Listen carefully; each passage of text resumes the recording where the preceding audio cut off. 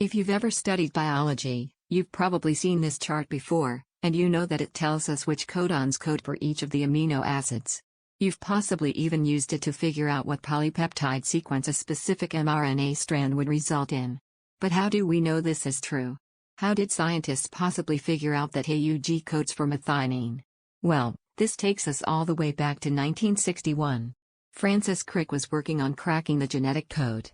He figured out that 3 bases made up a codon that signaled for a specific amino acid. But it was still unknown which codons corresponded to which amino acids.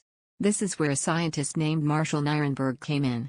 Nirenberg was working at the National Institutes of Health with a postdoctoral researcher named Heinrich Mattei. They conducted an experiment where they started by rupturing the cell walls of E. coli, forcing its contents to be released. This allowed them to create cell-free translation systems in 20 different test tubes.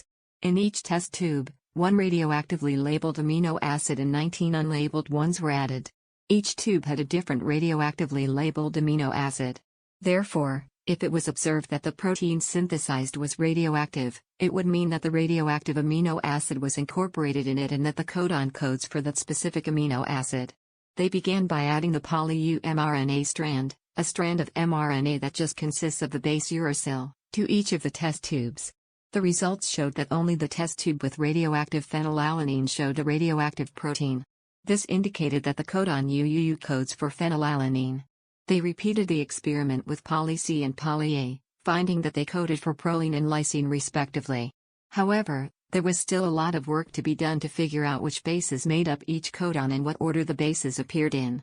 In 1965, after a lot of hard work, Nirenberg's lab was able to crack the code and Nirenberg became credited as the first person to decipher the genetic code.